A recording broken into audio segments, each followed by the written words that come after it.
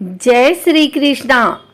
आज गुरुवार के दिन आइए सुनते हैं भगवान विष्णु और माँ लक्ष्मी की यह कथा।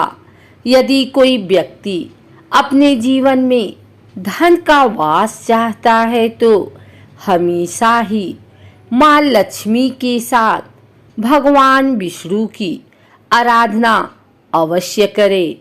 इन दोनों का रिश्ता काफी शुद्ध व सर्वश्रेष्ठ माना जाता है। परंतु ऐसा क्या हुआ था जो लक्ष्मी जी के कारण भगवान विष्णु की आंखें भर आई।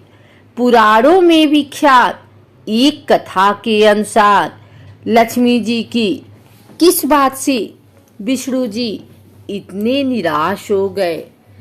पुराणों में लिखी एक कथा के अनुसार एक बार भगवान विष्णु जी शेषनाग पर बैठे बैठे उदास हो गए और उन्होंने धरती पर जाने का विचार बनाया। धरती पर जाने का मन बनाते ही विष्णु जी जाने की तैयारियों में लग गए। अपने स्वामी को तैयार होता देखकर लक्ष्मी माँ उनसे पूछी, स्वामी आप कहाँ जाने की तैयारी में लगे हैं। जिसके उत्तर में विष्णु जी ने कहा, हे लक्ष्मी, मैं धरती लोक पर घूमने जा रहा हूँ। यह सुन माँ लक्ष्मी जी का भी धरती पर जाने का मन हुआ और उन्होंने श्री हरि से इसकी आज्ञा मांगी।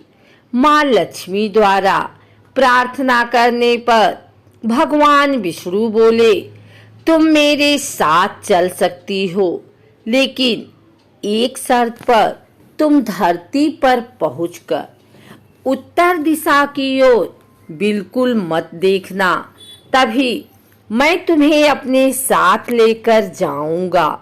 यह सुनते ही माता लक्ष्मी ने हाँ कह दिया और विष्णु जी के साथ धरती लोक जाने के लिए तैयार हो गई।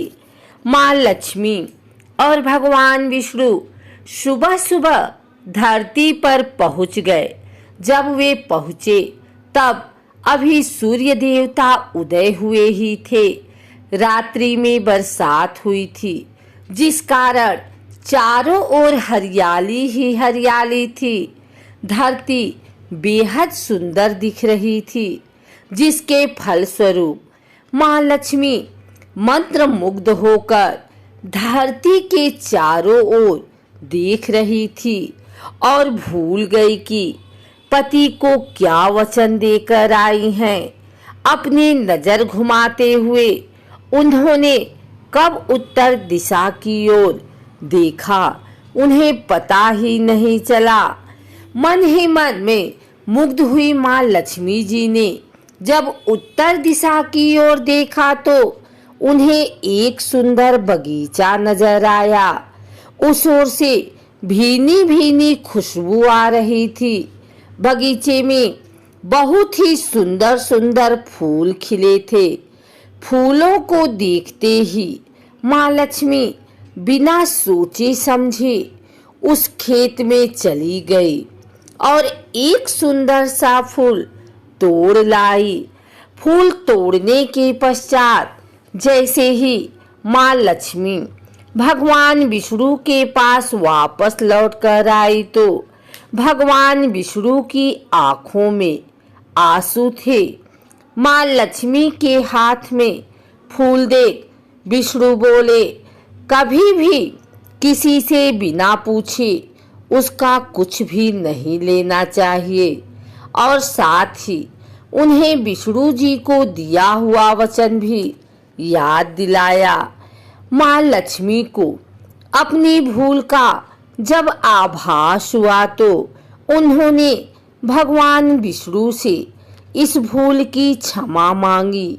विष्णु ने कहा कि तुमने जो भूल की है उसकी सजा तो तुम्हें अवश्य मिलेगी।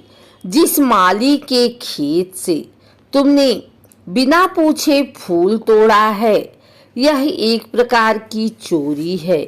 इसीलिए अब तुम 3 वर्ष तक माली के घर नौकर बनकर रहो। उसके बाद मैं तुम्हें वैकुंठ में वापस बुलाऊंगा। भगवान विष्णु का आदेश माँ लक्ष्मी ने चुपचाप सर झुकाकर मान लिया, जिसके बाद माँ लक्ष्मी ने एक गरीब औरत का रूप धारण किया और उस खेत के मालिक के घर गई। माधव नाम के उस मालिक का एक झोपड़ा था, जहां माधव की पत्नी, 2 बेटे और 3 बेटियां रहती थी। माँ लक्ष्मी जब एक साधारण औरत बनकर माधव के झोपड़े पर गई, तो माधव ने पूछा, बहन तुम कौन हो? तब माँ लक्ष्मी ने कहा, मैं एक गरीब औरत हूँ, मेरी देखभाल करने वाला कोई नहीं। मैंने कई दिनों से खाना भी नहीं खाया, मुझे कोई भी काम दे दो, मैं तुम्हारे घर का काम कर दूंगी और इसके बदले में आप मुझे अपने घर के एक कोने में आसरा दे दो।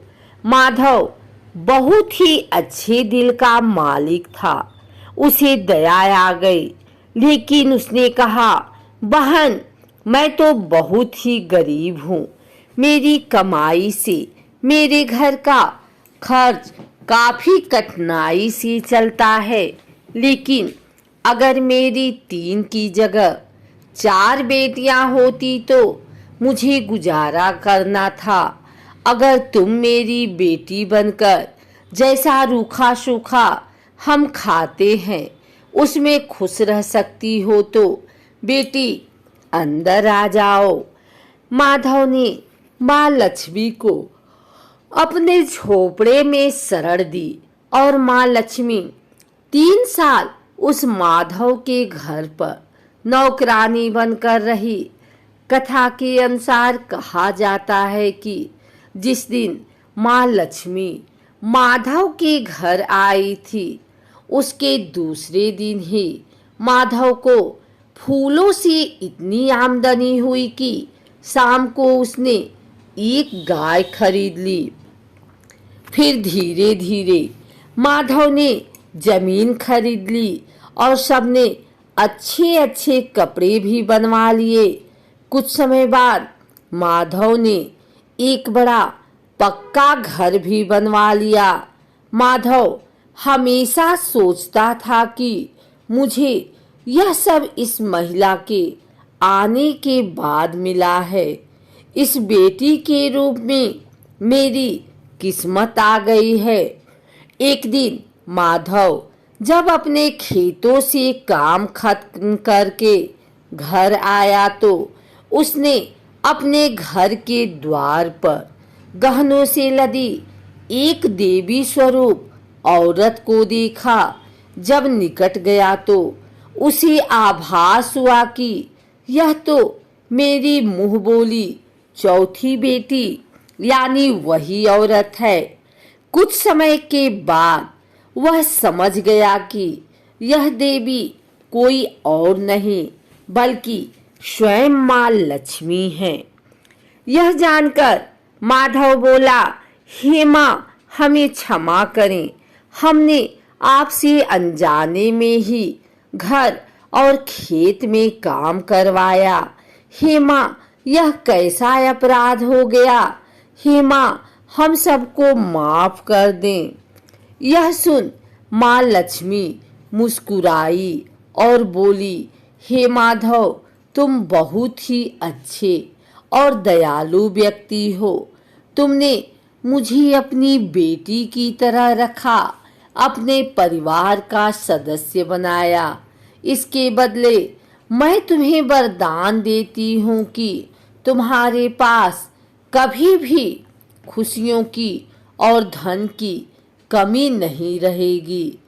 तुम्हें सारे सुख मिलेंगे जिसके तुम हकदार हो।